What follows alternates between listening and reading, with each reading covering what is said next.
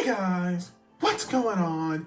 It's your boy, Big Blue Drew 97 here to talk to you about My Hero Academia, manga chapter 269, titled The Three of Us. And when it comes to this chapter of My Hero Academia, in all honesty, it can be separated into two halves. The first half, which is very dialogue heavy, focusing on the moment before the doctor and Shigaraki break out of the big tube. And then the second half is basically a lot of action, the destruction of the lab, and the major reveal at the end of the chapter, which we're going to get into. But before we get into that, let's get into the first part of this chapter, going to the first page, where we see basically Miracle and Endeavor, and how Endeavor is in the process of cauterizing Miracle's wounds. So basically, he's going to burn her so bad that she's not going to bleed anymore. Which is basically what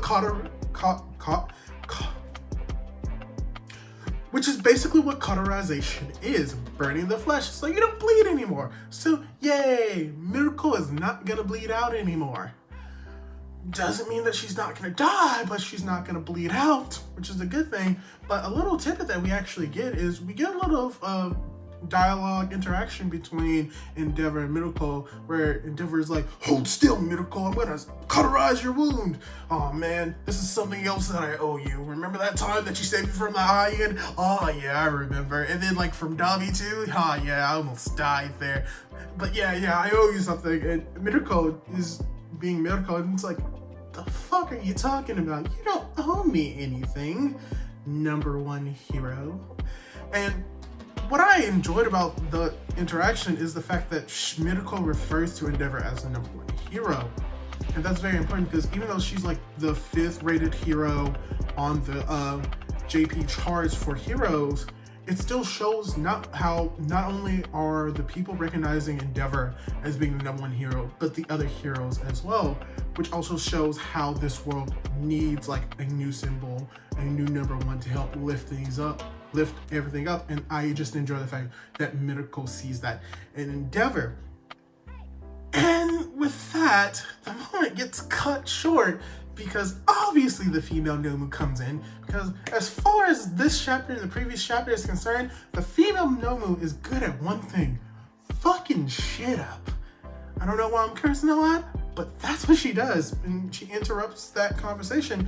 But then immediately afterwards, we get a really centered fight and understanding of how Eraserhead deals with things. We kind of got a little of it in the previous chapter, but we get like specific on how Eraserhead fights.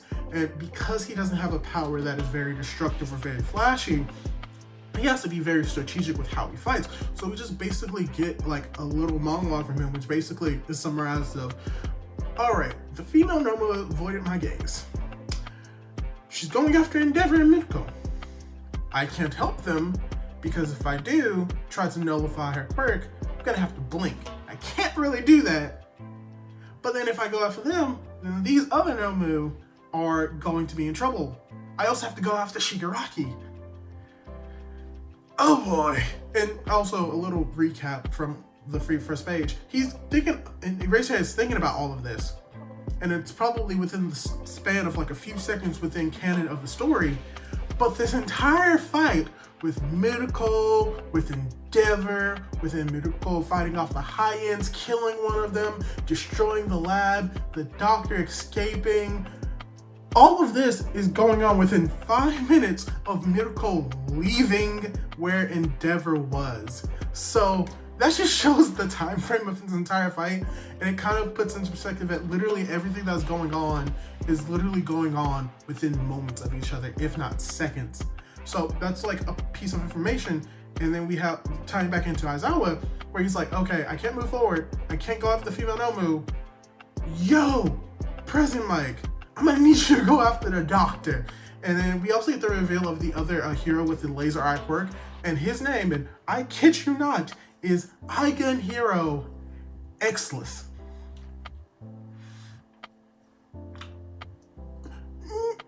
There are worse hero names.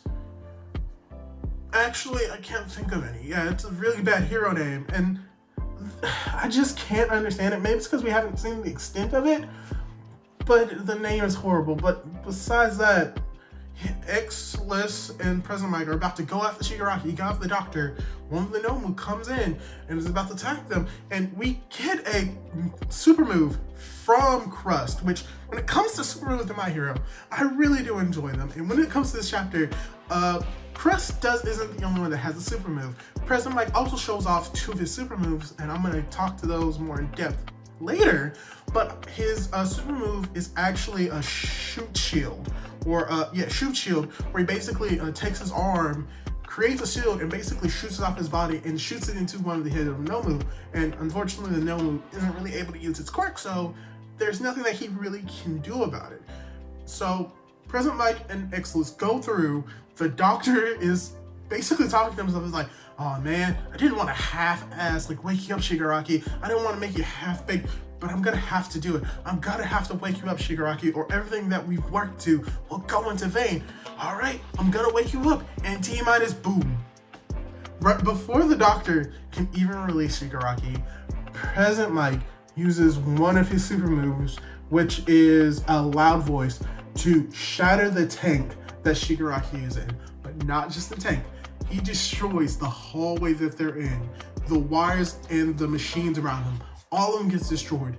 The doctor gets thrown back, and we get like 2 to 3 pages of just the destruction that President Mike's voice did to the room. And when that is finished, when all the destruction is done, you just see the doctor on the ground crying. He's just like, no, no, everything that I worked for is gone. And he's crying.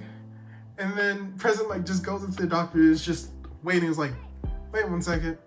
I gotta make sure you're the real one.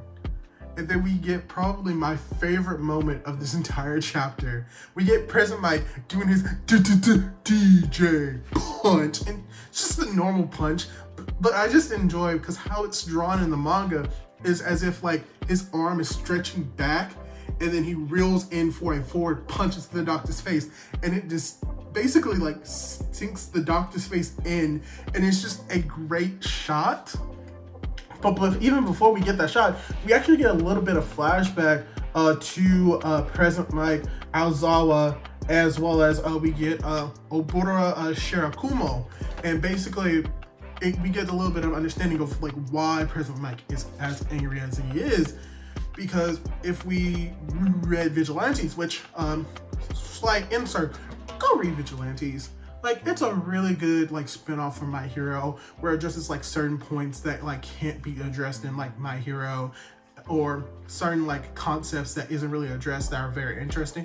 I will not say that it is better than My Hero, but I think that it's a great source of, like, giving, like, a better understanding of the My Hero world and, like, how it is structured, especially when it comes to the backstory of Aizawa and President Mike, because when it comes to President Mike, Aizawa, and what is his name, Oboro, their dream was to make their own hero agency. And President Mike is thinking about himself of how that dream is now a nightmare. Not only the fact that Oboro died, but he was turned into a Nomu, and that Aizawa is going through all of this turmoil. That President Mike is like, I'm not just punching you because of what you did to my friend, like to my friend's dead body. I'm punching you because you made Aizawa cry. And the reason why that's impactful, especially if you've read Vigilantes, is that a little bit of a spoiler for Vigilantes is that in My Hero Vigilantes, we get to see President Mike, Aizawa, and Oboro Shirakumo during their time in UA. And in My Hero Vigilantes, we see that Aizawa is fighting off a villain, and when he's doing so, he thinks that Oboro is right next to him, he's alive, and is giving him encouragement to fight off the villain because he didn't have confidence in his abilities. So he fights off the villain, he defeats the villain, he's very happy about it. And then when President Mike and his superiors go over to him, they say, oh my gosh, I can't believe you took down this villain alone. And Aizawa comes to like, what are you talking about? Oboro was with me the entire time. And then he realizes that no, he wasn't talking to him at all. Aizawa was basically like talking to himself in his head in the voice of Oboro, because Oboro died. He was basically crushed. He died instantly. And at that moment, Aizawa just felt a whole lot of pain and suffering. So the fact that President Mike punched him for making him cry is because he made him relive that moment, which was very traumatizing for his life. So with that little tangent out the way, he punches the doctor. The doctor begins crying about how, oh my gosh, Shigaraki, you're dead.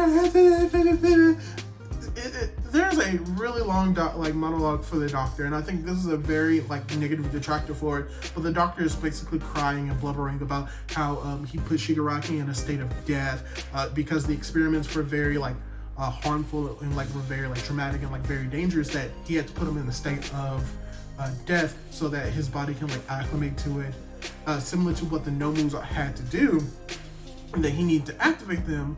But because he didn't, he believes that Shigaraki is gonna die, which, let's be honest, Shigaraki is not gonna die. It's very unlikely Shigaraki is gonna die. And if he is actually dead, I will be amazed, because I'm like, okay, my hero is over now, because the big bad is literally dead due to the heroes just being a little bit smarter than the villains. But that's very unlikely, especially what you see towards the end. But during this time, all the heroes rush in as well.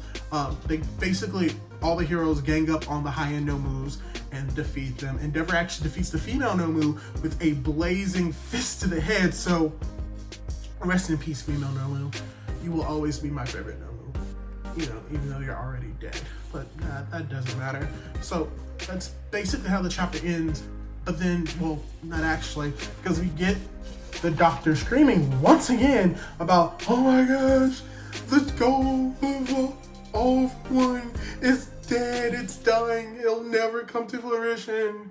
Just going on and on like that at the end. And in reality, Shigaraki's not dead. The dream is gonna move forward, and in reality, a lot of people are gonna die. So that's pretty much the end of the chapter. And when it comes to this chapter, I will say that when it comes to this chapter, it was a very linear story. We had a specific focus on this fight. We didn't go back to another fight. We didn't go back to Tokoyami versus Tokoyami and Hawks versus Dabi. We didn't go back to what Deku and Shoto and Bakugo were doing. We didn't cut back to other UA students. We specifically stuck to President Mike, Aizawa, and their beef with the doctor, which is very good because it shows the development of President Mike and how he values Eraserhead so much and understands the trouble that he had to go through, the mental turmoil that Aizawa had to go to, that President Mike was just so mad at the doctor, and that it was just a form of catharsis, punching him and putting him down, as well as putting down Shigaraki. And speaking of Shigaraki, the idea is that he is quote unquote dead in this chapter is very unlikely, because he is the big bad. He will only, for the most part, be defeated by Deku. And at the very least, we know for a fact that he is probably going to still be alive, because All Might is still alive. And it's very highly likely that All Might is going to be killed by Shigaraki by his own hands. And it's very likely that it's not that Shigaraki is dead right now, but he's in a coma. And that we also seen how the other Hyens were woken up while they were outside the tanks. So it's very likely that Shigaraki is going to wake up as well. And when he does, oh boy, a whole lot of villains are going to die. Because in the big hero panel, we saw heroes like Rocklog, Ryukugu, the Dragon Lady. We also saw 18 as well, who has the ability to create dark holes. And it's very likely that they're probably going to die. A lot of heroes are going to die. Luckily enough, Mirko is not going to bleed out anymore, but she's most likely going to die. And something interesting that I saw with this chapter is when the doctor was crying, which I'll also point out a flaw of this chapter as well after that, but when the doctor is crying, he's crying about the fact that the dream that he had with All for One, my fault, I'm pretty sure I messed that up in the chapter there, but that's fine. All for One, how their dream is not going to come to fruition, that they worked hard to do this, and that it's not going to be successful. And he's crying about it, and he's very sad about it. And a point that I want to make is that yes, he's a villain, But this kind of shows like similarities between the heroes and the villains, where each side has a goal that they want to achieve, and for them to achieve their dream, the other side must fail. And by failing, it could lead to death, it could lead to like pain, but it just shows how both sides are equal in one way or another, where if they want to achieve their goal, someone else's goal must be crushed. And in this case, it is the villain's goal. But if you were to flip it, it would be just as heartbreaking if the heroes were to fall as well, which is very likely to occur in this arc of My Hero. And speaking of like a flaw with the chapter, one thing I would like to bring up is the fact that the Doctor talked like a whole lot in this chapter, was just blubbering and gave basically gave exposition for what was happening with Shigaraki, which could have been implied in like a thought bubble. But the fact that he's speaking out loud and that the heroes know that, that's something that I thought was like very like unnecessary, because like because if anything, if like he didn't say anything, it could have been like more impactful. It was like they could have assumed that he was dead, but then he comes back and kills a lot of people, which would have been a shocker. But because he says this out loud, the heroes can say, well, if he's dead or in the state of dead, there's a possibility that he can come back. So that's something that I thought was like very like flawed with this chapter, specifically with the dialogue, as well as like a weird way some of the panels were like structured. Like when you came to like Loud Voice, where President Mike was destroying the factory, I thought that was cool, but we got to see like different parts of it like being broken and destroyed when it came to the lab. When it came to the heroes flooding in, that part seemed very disconjointed, because we see a whole bunch of heroes flood in, taking out like two of the Nomu, and then the female Nomu just gets destroyed instantly by Endeavor's fist, where he just comes out of nowhere. So I would say that was a problem. So due to the problems and the things I liked about this chapter, I will actually give it around like a 3.8 out of 5 due to like the long dialogue and how the panels were paced out. But I did really enjoy the development that we saw with President Mike, as well as the interactions that we saw with Mirko and Endeavor. And even though we know for a fact that Shigaraki is still alive, I would think that this is like a good setup for like the heroes think if they've won. The heroes think that they're about to dismantle the League of Villains, the Liberation Paranormal Front, and then Shigaraki awakes and obliterates the heroes. I know this is bad, but I do want to see some heroes die, because it puts more stakes into the chapter of like trying to stop them, and gives it a little bit more weight, showing like, hey, these villains aren't like playing games, they're like here to kill. So all in all, thought it was a really good chapter. Hopefully you continue watching me for my next video. Like, comment, and subscribe, and do all of that jazz, and I'll catch you guys in the next one. Goodbye!